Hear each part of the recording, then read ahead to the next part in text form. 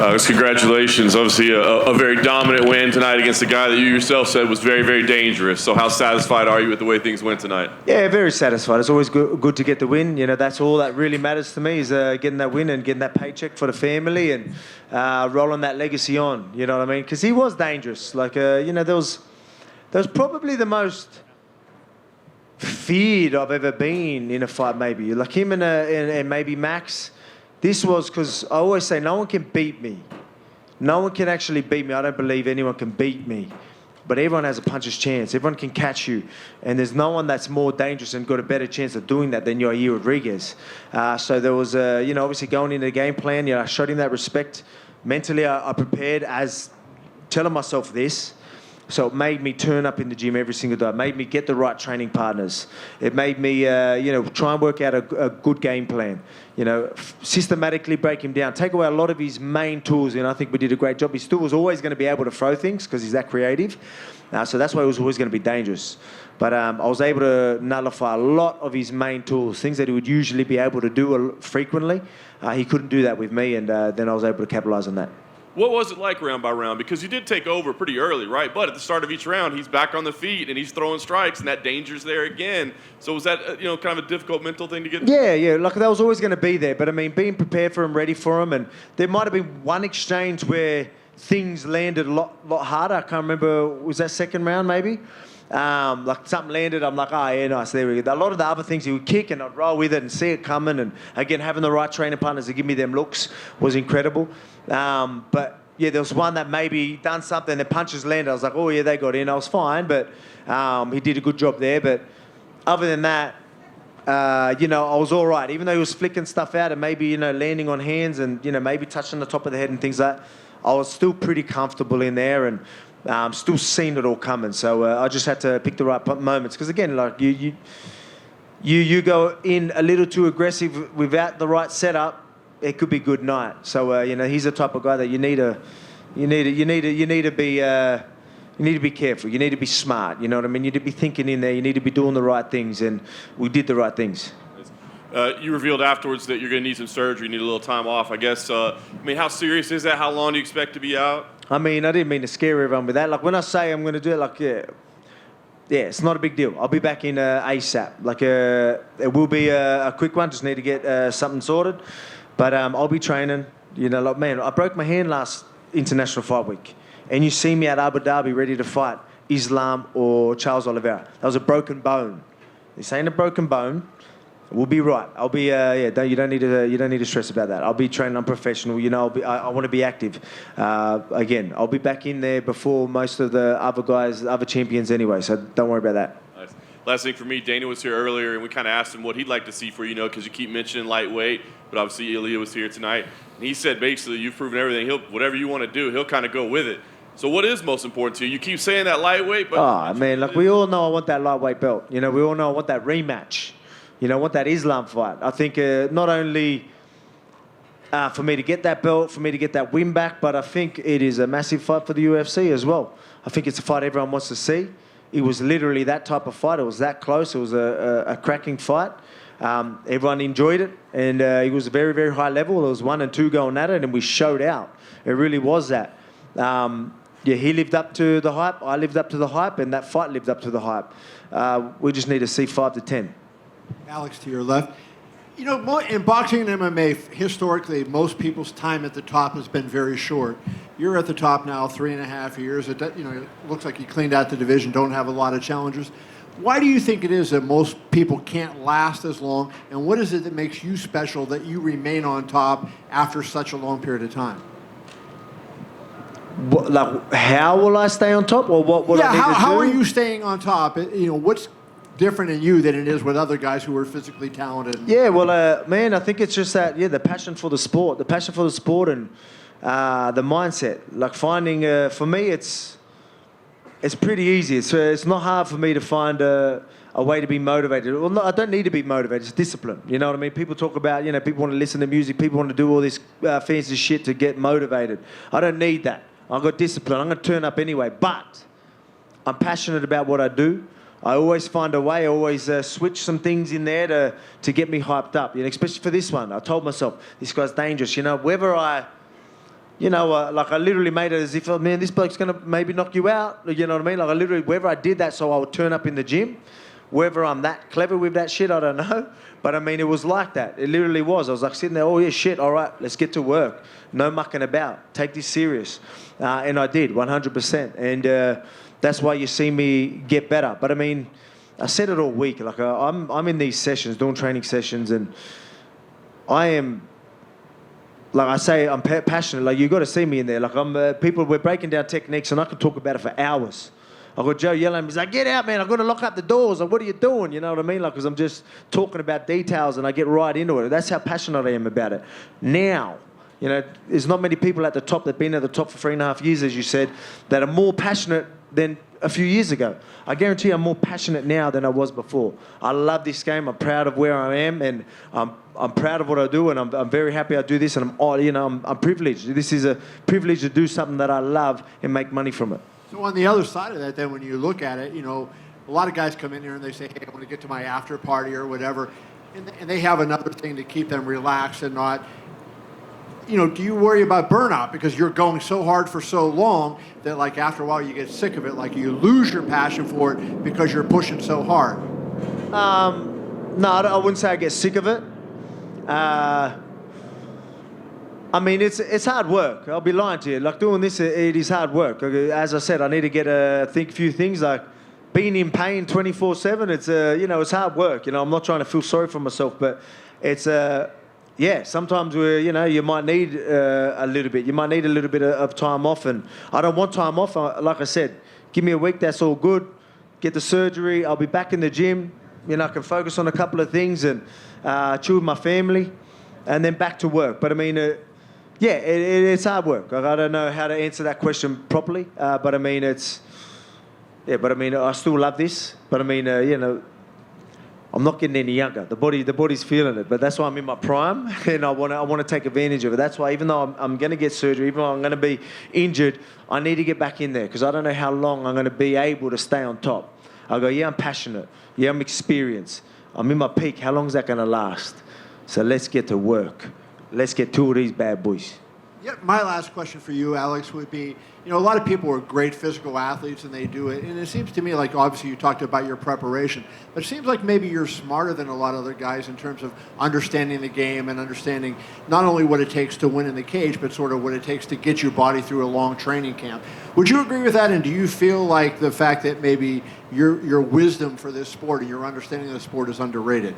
I think there's a lot to do with that in many ways. You might have physios and doctors that'll tell you different. Then here I am telling you, I do this, and I'm very smart with the way I think, but they're probably looking at me like, oh no, you literally run your body through the ground every freaking day. I'm sick of fucking treating you. But that's just how I am. But I mean, I still think we do the right stuff. I'm getting through these camps. Again, I just got a couple little things to fix up, and I'm back in there kicking ass again. Alex, over here. Yep. After the Islam fight, a little bit of the narrative, I think even you said a little bit, is you were kind of drawing attention to when he would land punches, like you would kind of smile and point at him. You did that a bit against Yair too. I still did that, did I? Yeah. So I'm wondering, is that something you have to work on and can't I think so, because there was times like where there was one when he did it, like he ended up landing it. That landed bigger, like it didn't rock me, but I was like, nice. Like he ended up following up. But I mean, there's times where things barely land, like even in that fight. Like he'll do it, the timing was good. I thought I was out of the way and he just got me and I'm like, like touche, you still got me. Like good timing, good reach, good distance. And then everyone's like, whoa, he's acknowledging it. Like, whoa. And I was like, oh, fuck, all right, I better stop doing that. And then you're saying I did it again. I mean, I don't know how people look at it that way. It just shows you how composed I am in there, how relaxed I am in there. I'm sitting there going, well done. You got me one. You know what I mean? It shows you, like, I'm not even expecting you to land one. So I'm surprised, and I'm saying, well done, congratulations. That's all you're going to get. You know what I mean? Like that's how I'm looking at it. People looking at it different. I feel like me sitting there and them just touching and me going, oh, yeah, well done. And then you got, especially in that, look, man, I don't want to get into that. But, I mean, in his fight, like, doing these things, I'm like, it's full losing composure. Like, how does that not look worse than me going, yeah, well done. But, I don't know, people look at it different. Maybe I've got to work on it because at the end of the day, all that matters is what everyone else thinks, right? And what them judges think. So if that is really going to be something that sticks in their head, we talk about being smart, fighting smart, having IQ. I need to work on that. So maybe I need to do something about that. Earlier in the week, Charles had said that October might be too soon for him to fight Islam in Abu Dhabi. So I'm curious, did you hear that? And if not, does that kind of make you circle that date even more? Well, it makes it a lot better opportunity for me to step in there. But I mean, like I said, I'm not ruling that out. It's funny, these people want extra time. Like here I'm telling you I'm going to get surgery and I'm probably going to turn up there on October. So that's what I'm showing you, you know what I mean? Find me a champ, there's not many of them anyway. I know you maybe got your Izzies and myself that is doing this. We're going out there, we're staying active, we're fighting the fights that a lot of people wouldn't. So I think people need to respect that a lot. People talk about BMFs and all that type of stuff. They're real BMFs. Guys that turn up when there's a lot on the line.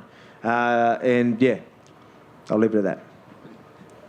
Alex over here. One more quick, sorry.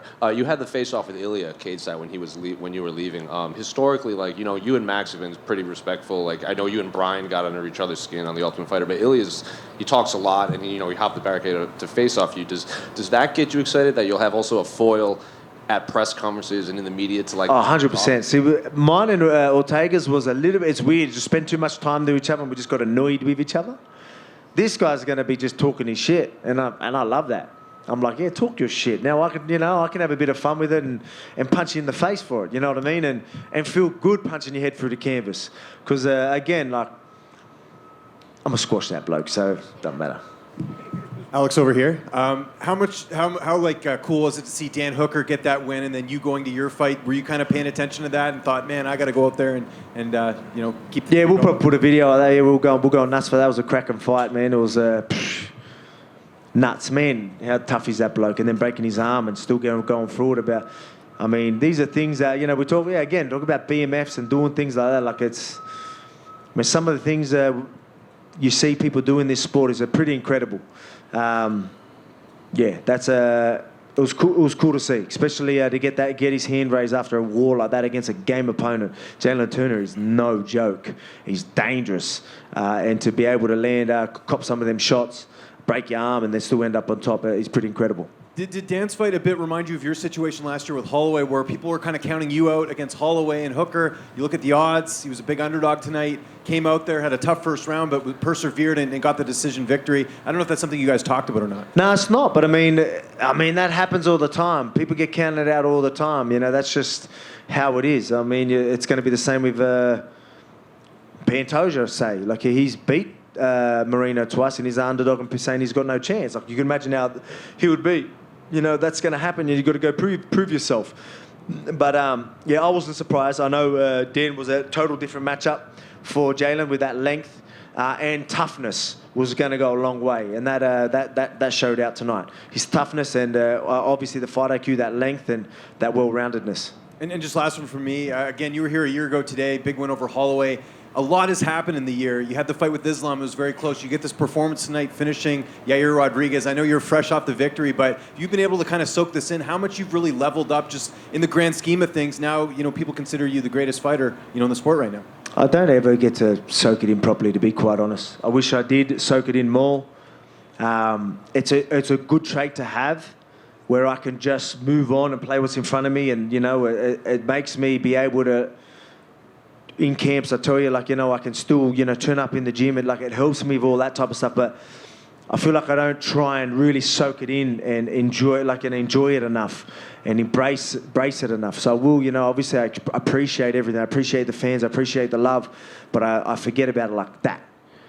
Again, it's a good thing to have because it keeps me disciplined. It keeps me, grounded. But at the same time, I wish I could really appreciate and understand what I'm doing right now because it's pretty incredible. 5 defenses, 7 title fights I think I've had. It's pretty crazy. It seems like yesterday I got the belt, you know what I mean? And look what we're starting to do. So it's pretty crazy. I think I need to really sit down and really, really take it all in. Alex, right here. Down here. Go ahead, please. Thanks. You said before the fight that you weren't too impressed with Ilia and you didn't really want to talk about him too much. Can you talk about him now? What you think about him as a challenger? It's funny with this one, you don't want to talk up your opponents, right? You want everyone to know, so it's funny. But, he's going to talk his shit. So people, I remember I can say whatever I wanted to, people don't have to believe it. But I was sitting there, I was like, oh, maybe I shouldn't say how easy I think that fight's going to be, because then people might not be interested. But he's going to talk his shit, so people are going to want to see me punch him in the face, so it don't matter. But yeah, I look at that as, again, no disrespect to the bloke, but the shit he's doing ain't going to work on me. And hopefully you get to see that soon. And you, of course, faced off, like you mentioned, but what did you say to each other? Oh, nothing. I told him, I go, yeah, come on, jump over. Let's do a little face-off. Let's amp it up a little bit. See what it has. And I said to him, I go, oh, man, I thought you were a bit taller, because everyone's so much taller than me. I'm like looking eye to eye, and I'm like, psh. I was going, man, I was about to say I got this 71-inch reach, which is a lie, but I should run with that. But yeah, it's again, no disrespect to the bloke. He is a good fighter. He's undefeated. Can't wait to take that 0. Thank you. Alex, right here. That finishing sequence is just unbelievable. The strikes and the takedown and the ground and pound. Did that feel as seamless to you in that moment as it looked to us observing it? I don't know. It's weird. Like I was like so clear-headed while that was happening. I went there, throwing the punches, like, oh, even though he's sort of hurt, like, I've seen him in these positions throw crazy shit, like her elbows. I'm like, all right, I better take him down, because I know I'm just going to squash and punch his head through the canvas. So I was like, it was weird how like calm and composed I was through that. Like, picked him up, dumped him, got on there. Oh, yeah, this is the position. Oh, yeah, he won't get out. All right, let's just ground and pound. We're just going to have to stop it. It was weird how I went through it. I probably should have loaded him up a little bit more, just fucking really be dramatic with it. But I mean, it was good. I love my ground and pound. Everyone, it's starting to be a bit more of an iconic Volk sort of a tradition to just rain down some ground and pound bombs. Can you remember another moment in your career, another fight where you've had that clear-headedness in a sequence like that? I'm pretty clear-headed all the time, to be quite honest. But maybe in the heat of the moment like that, while you're getting the finish, like, yeah, like that. No, maybe not. Maybe not. Depends. It depends how you look at it. Obviously, Islam being in certain positions where most people would freak out, and I'm sitting there, laughing it off, having a laugh with him. I guess people would look at that and be like, it's pretty crazy. But I mean, people don't know what I'm doing in the gym. I'm like in their positions with absolute killers that are twice the size of me. So that's why I'm sitting there laughing at lightweights doing it to me. Yeah, no, your 6th title fight win tonight. There's natural comparisons, especially with Jose Aldo being inducted in the Hall of Fame on Thursday.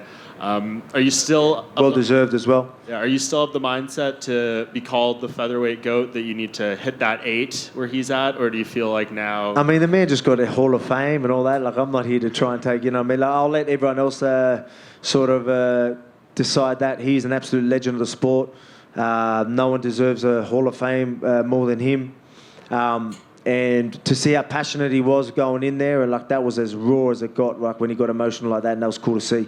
Almost brought a tear to my eyes, to be quite honest. But absolute legend. Very happy for him, and that's for people to decide, not me.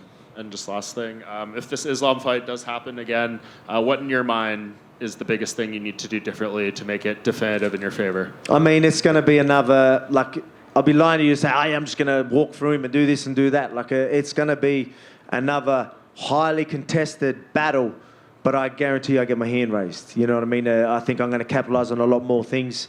But yeah, again, it really is 2 top guys going at it. And they've done 5 rounds, and you're going to see another, there's a good chance you might see another 5 rounds of it. I'd love to get a finish, but we're both that good. It might be that type of fight. But looking forward, again, it's a challenge, another challenge that excites me. So, that's why I obviously want it. Because that's what keeps you. Again, we talk about I don't need to be motivated, but it's exciting when I can have guys like that in front of me. Like that camp that I had, I did like 14 weeks. You know what I mean? Like it's just so good to have someone like that in front of you, and you ask about how do you get better. It's things like that get you better. Certain opponents in front of you that get you better. And like I told myself, I need to work on this. Where you're at now is not good enough. Like in that fight, he got his hand raised. Do I think I won? Yeah, I do. But he got his hand raised. All right, I need to work on these things. So I'm going to evolve again. And then, these lightweights and featherweights aren't going to stand a chance. Hey, Alex. Were you able to watch Rob's fight? Yeah, I was. Yeah, I watched that. Obviously, unfortunate for Rob. And, man, did not expect that. Like, I think there might be footage of me. I'm like, like Robbie's obviously very well-rounded, no joke. man, Dricus did it. Like, you know what I mean? Like, I mean, Izzy talks about manifesting things. I'm like, oh yeah, like, is this thing legit or what? Is this manifesting thing like that's no joke? Like he literally manifests things and it fucking happens. Like, you know what I mean? He's on another level. Izzy's got some sort of crazy powers or something, like, because I did not expect that to happen. What do you think of Izzy versus Dracus? You know, obviously he looked great to take out someone like Rob, man, credit to him. But, you know, Izzy's, you know what I mean? Like, yeah, I highly doubt he's going to be able to land on Izzy and even get on top. And, yeah, man, look, I think Izzy's just going to be too good. But to take out Rob like that, you've got to be hyped up for that fucking fight. So, I mean, if he can go out there and take out, so, like, honestly, Rob is one of the best in the world, literally, and he was able to beat him. So you can never count that guy out. He knows how to fucking win. Excuse my French. And one last one. It was announced Max versus Zombie. Obviously, you fought both of them. A lot of people are like, Max, it's why do you even make this fight? Max is going to make it look easy. Like, what are your thoughts on the matchup? I mean, they're both tough. It's going to be a fun fight. I guarantee you. Yeah, Max, do I think Max is going to win? Yeah, but Zombie's going to be there. You're going to just see, like, you know, two zombies just going at it. They're just going to beat the shit out of each other. So everyone's in for a good night of fights for that one too, I think. Yeah, again, they both got solid chins. I wanted to take that Max granite chin, you know, that legendary chin out. I couldn't do it. I don't think anyone can. So I've given up, and I think everyone should just give up on that. I think it's going to be, it'll be hard for Zombie. I think that's going to be Zombie's best chance. But, I mean, it's going to be hard to do. Congrats. Thank you. Let's get a photo real quick.